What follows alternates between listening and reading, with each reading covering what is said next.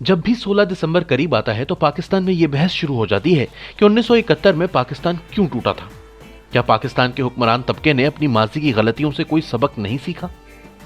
दूसरी तरफ दिसंबर के आते ही बांग्लादेश में भी यह बहस शुरू हो जाती है कि जिन मकासद के लिए पाकिस्तान से अलहदगी इख्तियार की थी, आज के बांग्लादेश में वो मकासद हासिल हुए या नहीं।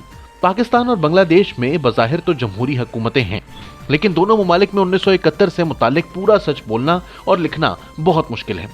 बहुत से हकायक पाकिस्तान में नई नस्ल से छुपाए जाते हैं और 50 साल बाद भी सकूते ढाका पर झूठ बोला जा रहा है। इसी तरह बांग्लादेश में भी कुछ अफसानों को तारीख बनाकर पेश किया जाता है, लेकिन वक्त गुजरने के साथ साथ हकीकत और अफसाने में फर्क सामने आ रहा है। इंतहाई ठोस तारीखी शहादतों से पता चलता है कि पाकिस्तान की तहरीक चलाने वाली ऑल इंडिया मुस्लिम लीग 30 दिसंबर 1906 को ढाका में कायम हुई थी। तहरीक पाकिस्तान में बंगालियों ने बहुत अहम किरदार अदा किया और 23 मार्च 1940 की करारदाद लाहौर भी एक बंगाली लीडर AK फजलुल हक ने पेश की थी। क़याम पाकिस्तान के कुछ अरसे बाद ही कायदे आज़म की वफात हो गई। उर्दू को कौमी ज़बान करार देने पर कायदे आज़म की जिंदगी में ही मशरकी पाकिस्तान में बेचैनी पैदा हुई, लेकिन मशरकी पाकिस्तान और मगरबी पाकिस्तान में नफरतों का आगाज 1958 में मार्शल लॉ नाफिज होने के बाद हुआ। जनरल अयूब खान ने 1956 का आइन मुअत्तल कर दिया और जब उन्होंने 1962 में सदारती आइन नाफिज करने का मंसूबा बनाया तो इनके बंगाली वजीर कानून जस्टिस रिटायर्ड मोहम्मद इब्राहिम ने जनरल अयूब खान को रोकने की कोशिश की। इनकी किताब diaries of justice Mohammad Ibrahim में जनरल अयूब खान के साथ इनकी सरकारी खतो किताबत शामिल है, जिसमें वजीर कानून ने सदर पाकिस्तान को वार्निंग दी थी कि सदारती आइन पाकिस्तान तोड़ देगा। पाकिस्तान के फौजी सदर ने अपने बंगाली वजीर कानून की वार्निंग नजरअंदाज कर दी। इस सदारती आइन के खिलाफ मशरकी पाकिस्तान के गवर्नर जनरल आजम खान ने भी इस्तीफा दे दिया। अयूब खान अपनी जिद पर कायम रहे और उन्होंने एक पंजाबी जज जस्टिस रिटायर्ड मोहम्मद मुनीर को अपना वजीर कानून बना लिया। नए वजीर कानून को ये जिम्मेदारी सौंपी गई कि वो किसी तरह बंगालियों से जान छुड़ाएं। जस्टिस मोहम्मद मुनीर ने अपनी किताब फ्रॉम जिन्नाह टू ज़िया में लिखा है कि 1962 में वजीर कानून बनाने के बाद जनरल अयूब खान ने मशरकी पाकिस्तान से ताल्लुक रखने वाले एक बंगाली वजीर रमीजुद्दीन के पास मुझे भेजा और मैंने उन्हें कहा कि आप हमसे अलहदगी इख्तियार कर लें या कॉन्फेडरेशन बना लें। रमीजुद्दीन ने जवाब में कहा कि हम अक्सरियत में हैं, आप अकलियत हैं, अगर आप अलहदा होना चाहते हैं तो हो जाएं, लेकिन असल पाकिस्तान तो हम हैं। जिसकी शहादत से पता चलता है कि जनरल अयूब खान बंगालियों के साथ नहीं रहना चाहते थे क्योंकि वो सदारती निजाम के खिलाफ थे। यही वो साल था जब तहरीक पाकिस्तान के रहनुमा हुसैन शहीद सोहरवर्दी को गद्दारी के इल्जाम में गिरफ्तार किया गया तो ढाका में पाकिस्तान के खिलाफ नारे लगे। हुसैन शहीद सोहरवर्दी की नवासी बैरिस्टर शाहिदा जमील कहती हैं कि इनके नाना इलाज के लिए बैरूत गए, वहां इनकी पुरस्रार हालात में मौत हो गई। हम इन्हें मगरबी पाकिस्तान में दफन करना चाहते थे, लेकिन जनरल अयूब खान ने इजाजत ना दी, लिहाजा इनकी तदफीन ढाका में हुई। इसी जमाने में शेख मुजीबुर रहमान के मौकफ में बहुत सख्ती पैदा हो गई और कुछ मुसन्निफीन के मुताबिक उन्होंने भारत के साथ खुफिया राब्ते शुरू कर दिए। इस दौरान मोहतरमा फातिमा जिन्ना ने अयूब खान के खिलाफ 1965 के सदारती इलेक्शन में हिस्सा लिया तो मशरकी पाकिस्तान में शेख मुजीबुर रहमान समेत मगरबी पाकिस्तान से वली खान, गौस बख्श बिजिंजो, अताउल्ला मेंगल और सरदार खैर बख्श मरी से लेकर मौलाना मौदूदी तक सब ने फातिमा जिन्ना की हिमायत की। लेकिन अयूब खान ने फातिमा जिन्ना को इंडियन एजेंट करार दे दिया, धोंस और धांधली से इन्हें हरा दिया। फातिमा जिन्ना ढाका से जीत गई लेकिन मगरबी पाकिस्तान से हार गई। फातिमा जिन्ना की शिकस्त ने बंगालियों को पाकिस्तान से मायूस कर दिया। इस मायूसी का नतीजा 1966 में शेख मुजीबुर रहमान के 6 नुकात की सूरत में सामने आया। पहला नुकता यह था कि हुकूमत का किरदार वफाकी और पार्लिमानी होना चाहिए, यानी असल लड़ाई सदारती निजाम के खिलाफ थी। फिर 1968 में शेख मुजीब को अकरतला साजिश केस में मुलविस कर दिया गया। वो अयूब खान जो जस्टिस मुनीर की मदद से पाकिस्तान तोड़ना चाहता था, इसने मुजीब पर पाकिस्तान के खिलाफ साजिश का इल्जाम लगा दिया। इल्जाम अदालत में साबित ना हो सका और शेख मुजीब की मकबूलियत बढ़ती चली गई। 1969 में मारूफ सहाफी अल्ताफ हसन कुरैशी ने शेख मुजीबुर रहमान का इंटरव्यू किया। ये इंटरव्यू कुरैशी साहब की किताब मुलाकातें क्या क्या में मौजूद है। कुरैशी साहब ने मुजीब से पूछा कि मौजूदा बहरान का हल क्या है। मुजीब ने जवाब में कहा कि 1956 का आइन बहाल कर दें। कुरैशी साहब ने कहा कि 6 नुकात तो कुछ और ही कहते हैं। मुजीब ने जवाब दिया कि 6 नुकात कुरान और बाइबल नहीं, इन पर नजरसानी हो सकती है। फिर उन्होंने अल्ताफ हसन कुरैशी को वही कहा जो रमीजुद्दीन ने जस्टिस मुनीर से कहा था, हमारी आबादी 56% है, मगरबी पाकिस्तान अलहदगी का तसव्वुर कर सकता है, हम नहीं कर सकते। वो हिस्सा अगर अलग होना चाहता है तो हो जाए। इस वाक़े के 1 साल बाद 7 दिसंबर 1970 को पाकिस्तान की तारीख के पहले आम इंतखाबात मुनक़िद हुए। आम तासुर यही है कि 1970 के इंतखाबात बड़े फेयर एंड फ्री थे। इस तासुर की नफी जनरल याहिया खान के अपने ही 2 करीबी साथियों ने कर दी। पाकिस्तान एयरफोर्स के एक अफसर अरशद समी खान ने जनरल अयूब खान, जनरल याहिया खान और वजीर आजम जुल्फिकार अली भुट्टो के साथ बतौर ADC काम किया। انہوں نے اپنی کتاب 3 Presidents and an Aide میں لکھا ہے کہ 1970 کے انتخابات میں میجر جنرل غلام عمر نے کچھ سیاستدانوں میں خفیہ طور پر رقوم تقسیم کی تھی۔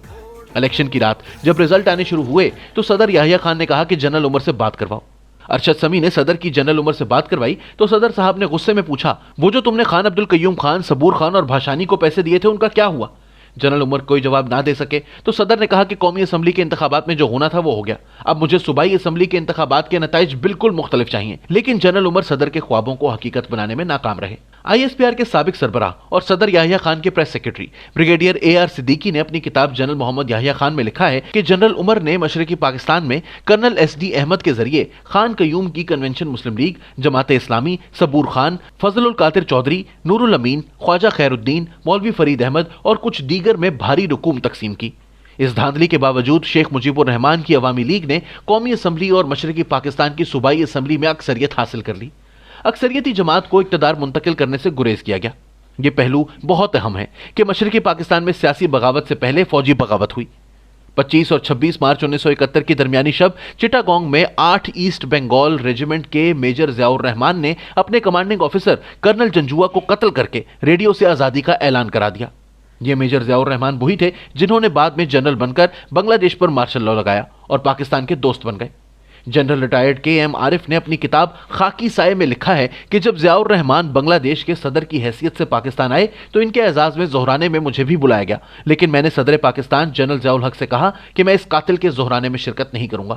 جنرل ضیاء الرحمان کی اہلیہ خالدہ ضیاء جب بنگلہ دیش کی وزیر اعظم بنی تو انہوں نے جنرل پرویز مشرف کو ڈھاکہ بلا کر ان سے اپنی تحریک آزادی کے شہداء کے مزار پر حاضری دلوائی اور 1971 کے واقعات پر معذرت کروا لی، لیکن جو ظلم ضیاء الرحمان نے کرنل جنجوعہ کے ساتھ کیا اس کی قیمت عوامی لیگ ادا کرتی رہی۔ پاکستان میں لوگوں کو یہ تو بتایا جاتا ہے کہ شیخ مجیب نے پاکستان کے خلاف بغاوت کی، لیکن جنرل ضیاء الرحمان کے بارے میں کچھ نہیں بتایا جاتا۔ سکوت ڈھاکہ کے 50 سال بعد بھی مغربی پاکستان کے ان شاعروں، ادیبوں اور سیاستدانوں کو غدار کہا جاتا ہے جنہوں نے مشرقی پاکستان میں فوجی آپریشن کی مخالفت کی، لیکن ایسٹرن کمانڈ کے سربراہ لیفٹیننٹ جنرل صاحبزادہ یعقوب علی خان کا ذکر نہیں آتا جنہوں نے مشرقی پاکستان میں فوجی آپریشن سے انکار کیا اور یحییٰ خان نے انہیں ڈسمس کر دیا۔ 16 دسمبر 1971 کے سرنڈر کے بارے میں اہم ترین حقیقت یہ ہے کہ یحییٰ خان نے مشرقی پاکستان میں اپنے کمانڈر جنرل امیر عبداللہ نیازی کو سرنڈر کا نہیں کہا، انہوں نے سیز فائر کے لیے اقدامات کا حکم دیا تھا۔ منیر احمد منیر کی کتاب المیہ مشرقی پاکستان 5 کردار میں جنرل یحییٰ خان کا انٹرویو شامل ہے۔ یحییٰ خان نے بتایا، میں نے نیازی کو سرنڈر کا نہیں کہا تھا بلکہ اسے کہا تھا کہ UNO کو بولو کہ سیز فائر کرائے۔ میں نے کہا تھا کہ دشمن کے آگے ہتھیار پھینکنے کا سوال ہی پیدا نہیں ہوتا۔ یحییٰ خان نے جنرل نیازی کو جھوٹا اور بزدل قرار دیا، حالانکہ وہ یحییٰ خان کا حسن انتخاب تھا۔ یحییٰ خان نے اپنے اس انٹرویو میں کہا، ٹرک گیا بیچارہ میاں والی والا۔ بھارتی فوج کے لیفٹیننٹ جنرل جیکب نے سرنڈر ایٹ ڈھاکہ میں لکھا کہ پاکستانی فوج نے مشرقی محاذ پر بڑی جرت اور مستقل مزاجی کا مظاہرہ کیا۔ 16 دسمبر کو جنرل نیازی کے پاس ڈھاکہ میں 30,000 فوج موجود تھی۔ اگر نیازی کچھ دن مزاحمت کرتا تو شاید UNO سیز فائر کرا دیتا۔ جیکب لکھتا ہے کہ ہم تو صرف کھلنا اور چٹاگانگ پر قبضہ کرنے کے لیے آئے تھے۔ 13 دسمبر تک ڈھاکہ ہمارے پلان میں شامل نہ تھا، لیکن جب نیازی کو یہ کہا گیا کہ اگر تم سرنڈر کر دو تو تمہیں مکتی باہنی کے حوالے نہیں کیا جائے گا تو وہ سرنڈر کے لیے مان گیا۔ بقول جیکب سرنڈر کے وقت نیازی کی آنکھوں میں آنسو تھے۔ ڈاکٹر صدر محمود نے اپنی کتاب پاکستان کیوں ٹوٹا میں جنرل راؤ فرمان علی کا انٹرویو شامل کیا ہے، جنہوں نے بتایا کہ 6 دسمبر کو جیسور پر قبضہ ہوا تو جنرل نیازی گورنر ہاؤس ڈھاکہ میں آ کر رونے لگا۔ راؤ فرمان علی نے یہ قصہ اپنی کتاب ہاؤ پاکستان گاٹ ڈیوائیڈڈ میں بھی بیان کیا ہے۔ انہوں نے لکھا ہے کہ فوج نے اپنے قید خانے اور عدالتیں بنا رکھی تھیں اور سویلینز کو بغیر وجہ اٹھا لیا جاتا تھا۔ کئی دانشوروں کو میری مداخلت پر رہا کیا گیا۔ مشرقی پاکستان میں فرائض سر انجام دینے والے میجر جنرل ابو بکر عثمان مٹھا نے اپنی کتاب بمبئی سے GHQ تک میں لکھا ہے کہ ہمارے خفیہ ادارے مشرقی پاکستان میں جن کو غائب کر دیتے تھے ان میں 90% مسلمان ہوتے تھے۔ ان حرکتوں سے پاکستان کے حامی ہمارے مخالف بن گئے۔ جنرل مٹھا کے پاس لاپتہ افراد کے لواحقین آتے تھے لیکن کوئی بازیاب نہ ہوتا تھا۔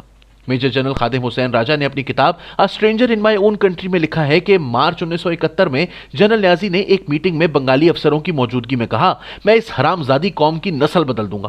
اس واقعے کے بعد ایک بنگالی افسر میجر مشتاق نے کمانڈ ہیڈ کوارٹرز کے باتھ روم میں اپنے آپ کو گولی مار کر خودکشی کر لی۔ جنرل نیازی نے بنگالیوں کو ان کی نسل بدلنے کی دھمکی دی اور پاکستان کا جغرافیہ بدل کر واپس آئے۔ اس کی نگرانی میں جو ظلم و ستم ہوا اس کی گواہی راؤ فرمان سے لے کر جنرل مٹھا تک بہت سے فوجی افسران نے دی۔ لیکن یہ کہنا درست نہیں کہ فوجی آپریشن میں 30 لاکھ بنگالیوں کو قتل کیا گیا اور 2 لاکھ عورتوں کا ریپ ہوا۔ بنگالیوں کے ساتھ بہت ظلم ہوا، لیکن مکتی باہنی نے بہاریوں کے ساتھ بھی بہت ظلم کیا और इन बिहारियों को आज के पाकिस्तान के हुक्मरान फरामोश कर चुके हैं। जस्टिस हमूदुर रहमान, जस्टिस अनवारुल हक और जस्टिस तुफैल अली अब्दुल रहमान पर मुश्तमिल कमीशन ने जनरल न्याजी के तर्ज को शर्मनाक और इखलाकी दिवालियापन का शिकार करार दिया। कमीशन ने लिखा कि जनरल न्याजी कम अज कम 2 हफ्ते तक ढाका का दिफा कर सकते थे। वो सरेंडर की बजाय अपनी जान कुर्बान कर देते तो आइंदा नस्लें इन्हें एक अजीम हीरो के तौर पर याद रखती। हमूद अब्दुल रहमान कमीशन के मुताबिक उन्होंने हिंदुस्तानी जनरल को गार्ड ऑफ ऑनर का हुक्म देकर मुल्क और फौज की इज्जत खाक में मिला दी। कमीशन ने general Yahya, general Abdul Hamid, general Pirzada, major general Ghulam Umar, general Gul Hasan और जनरल मिठा के खिलाफ कोर्ट मार्शल की सिफारिश की। कमीशन ने जनरल इरशाद अहमद खान के खिलाफ भी कार्रवाई की सिफारिश की, जिन्होंने बगैर मुकाबले के मगरबी महाज पर शकरगढ़ के 500 गांव दुश्मन के हवाले कर दिए। हमूदुर रहमान कमीशन की रिपोर्ट में वाज़ेह तौर पर लिखा है कि सियासत में फौज की मुदाखलत से जो बुराइयां जन्म लेती हैं वो फौज को जंग लगा देती हैं और फौज लड़ने के काबिल नहीं रहती। सकूत ढाका के 50 साल के बाद पाकिस्तान के हुक्मरान तबके को यह रिपोर्ट जरूर पढ़नी चाहिए, क्योंकि 1971 में पाकिस्तान पर एलानिया मार्शल लॉ नाफिज था। आज पाकिस्तान पर गैर एलानिया मार्शल लॉ नाफिज है। 1971 में खुफिया इदारे पाकिस्तानियों को लापता कर रहे थे, आज भी वही कुछ हो रहा है। 1971 में मशरिकी पाकिस्तान को खो दिया गया और आज बहुत से पाकिस्तानियों के ख्याल में कश्मीर खो दिया गया है। 16 दिसंबर से सबक ना सीखा गया तो खुदा न ख्वास्ता पाकिस्तान मजीद नुकसान उठा सकता है, क्योंकि आज तक पाकिस्तान में किसी जनरल याहिया, किसी जनरल न्याजी का एहतसाब नहीं हुआ। आइन तोड़ने वाला जनरल मुशर्रफ आज भी मफरूर है।